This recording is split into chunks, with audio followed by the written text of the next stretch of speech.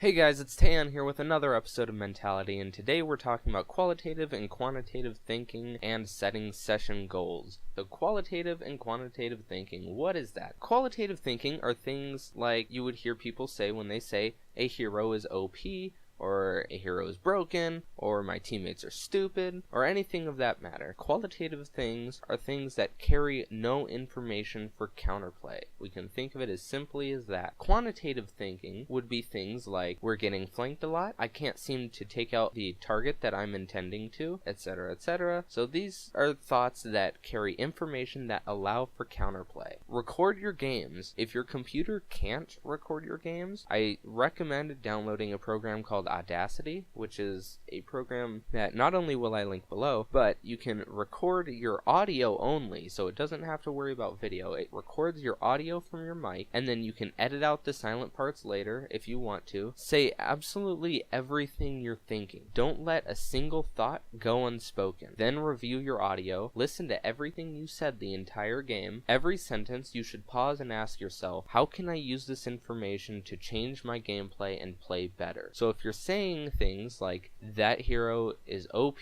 or my teammate was just stupid right there, I'm not going to worry about that, you have no information that tells you how to improve yourself. Those are the qualitative thoughts. But by saying, we're getting flanked a lot, you can come up with ways to counteract the flanks. Swapping heroes, watching the flanks more often, trying to get a pick before the flank so that when it does happen it's 5v6 and it's much less relevant, etc. Every game you should aim for less and less qualitative thoughts and more quantitative thought. The more quantitative thoughts you give yourself, the more ways you can improve. Like we talked about in I believe episode 1, decisions can be evaluated independent of the player. So when making a thought like, this Reinhardt is stupid, don't talk about the player as the player is irrelevant. Talk about exactly how this decision forces the enemy team to react, and how you can use the enemy's response in order to get the most optimal outcome of your possible decisions. So you have a decision bank. When your teammate goes in, you have to find the decision in that decision bank that gives you the best possible outcome. That doesn't always mean it has to be a good outcome, but it has to be the best possible outcome. You'd be surprised at how much you can scavenge from a teammate's poor play if you evaluate their decisions on how they shape the game, not by the intelligence of the player. Whenever you can devote a known amount of time or games to a session, like I've got 2 hours until school or work, you should make a goal for the entire session. This can be anything like, I want to get better at a hero, I want to get better at a role, or a play style, or any kind of goal you wish to improve on. For the entire session, grind only for getting better at that goal. You can do review, analysis, theory crafting, etc. after the session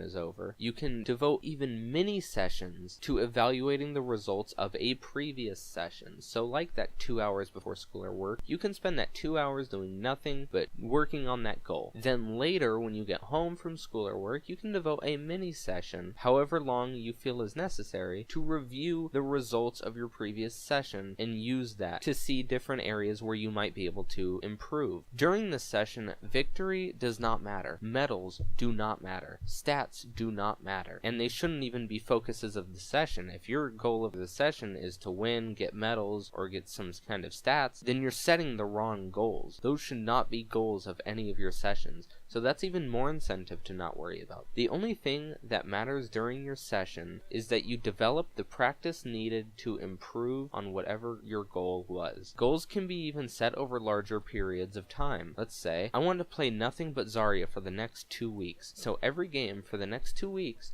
I'll play Zarya every single game and not swap even if things are going poorly. That being said, it might be advised to do those things in quick play, as they may negatively affect your rank and you'll unleash the wrath of the players on your team who haven't had any mental conditioning. These goals could even go as far as entire months, seasons, or a whole year. Those goals might be better suited for learning roles like DPS, tank support, even smaller roles, more exact, like assassins, off-tanks, damage supports, anything like that. The only time you should ever be playing without working diligently towards a goal is if you are in a group of friends and you just want to relax and play carelessly. But if you're doing that, you wouldn't have any reasons to get angry anyways, so everything I cover in this series wouldn't be applying to you in that situation in particular. So open up a notepad right now and write down some goals that you might wish to explore and try them out during your next sessions. I hope all the information that I've given here will be able to help you with those goals and making your logs if you are doing those, which if you're not, it's recommended that you would. But that's all I have for today, so thank you all for watching, and I will see you next time.